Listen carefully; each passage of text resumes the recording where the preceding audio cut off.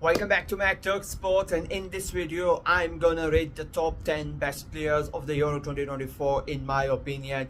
These players have contributed to their team winning and progressing into the tournament, and they have shown their individual brilliances in different games. So let's get right into it. There were some omissions that I thought should have been in, but like it was a bit hard for me to get them in. I have tried to be as unbiased as all. Unfortunately, there are special mentions for players like Nico Williams. I tried my best, but I was not able to put him in the top 10. Same goes, I was very close to put Bakayo Saka in top 10 as well, but I refrained from doing that as well.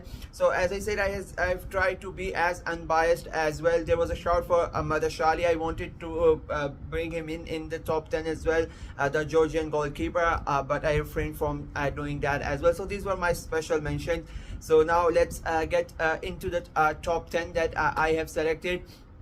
Number 10, I have gone with a defender in Williams Saliba. I think he was really good for France. They did not score from an open play a goal, but they did not concede as well.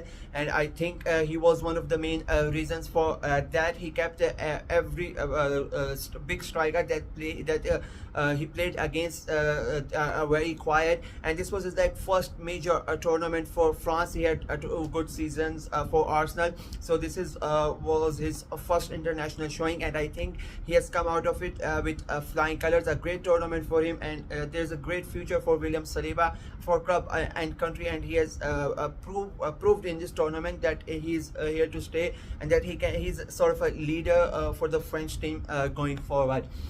Number 9, I have gone for the Turkey's Arda Güler. I mean, what a sensational talent this guy is.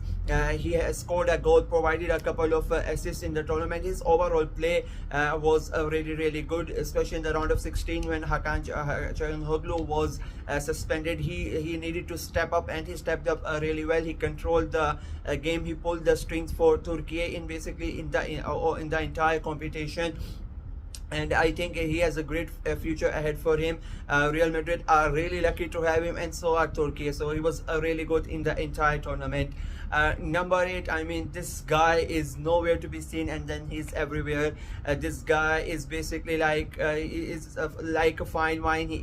With age he gets on, he keeps on getting better and better. Of course, I'm talking by N'Golo Kante.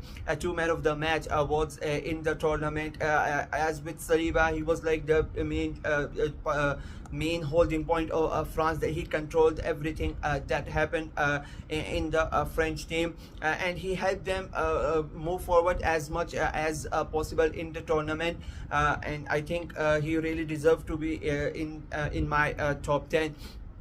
And number 7 is a guy whose name I have number 7 is a guy that I have really liked. I think many people did not expect him to have such a good tournament because of the team that he played for, but not only he surprised them, but his team surprised everybody else. It's Ivan Šerenc from Slovakia. He has a really good tournament, 1 assist and 3 important crucial goals. He made history with his goal scoring for Slovakia in a European Championship, and then his goal was like this close for eliminating England if Bellingham doesn't score that wonder goal. So I think he was really good, and I think these performances would catch which would bring a lot of people towards him. He would get in the eyes of many clubs all around Europe, and I think he could get a big move in the summer because of his performances. Number 6, as I said, is a guy that I butchered his name in the entire tournament. Throughout the tournament, I don't know, I kept on butchering his name, and I hope I get it correct this time. It's Georgios Mikatotse from Georgia. and I think nobody expected Georgia to have the tournament that they have, and one of the main reason was Mikatodze, the way he enabled himself as the main guy, right? You know, as the striker, the powerful striker, holding the ball, creating the moves, bringing other players in, and then scoring the goals. I think he was really good, especially in the game against Portugal. He got the assist as well. He scored the goal, and he led the line really well. As I said, he scored 3 goals as well. So this he was on my number 6. We move on to the top 5. And number 5 is the wonder kid, the youngest player to ever play in the European Championship, the youngest player to ever score in the European Championship. It's Spain's Lamine Yamal. I mean, what can I say about this guy's talent? It's extraordinary. I don't. After that goal, I think nobody needs to say anything. That goal just explains how good that kid is, and I mean, he's just 16. So we are just starting to see the glimpses of talent that he has, and what we are going to see in the years to come by. So yeah, 4 assists in the tournament, a wonder goal, and he still he still has a game in the final. To maybe after the final, he might be even in the up in the list for me as well. But right now he's on number 5. He has had a great tournament till now, and I think he will be very important, of course, in the final against England tomorrow. And number 4 is Germany's Jamal Musiala. I think he was really good. One of the players before the tournament that everybody expected to have a good tournament, that everybody looked out for. One of the first names was Jamal Musiala, and I think he is one of the people that really lived up to his name. 3 goals, 1 assist, and he really controlled the entire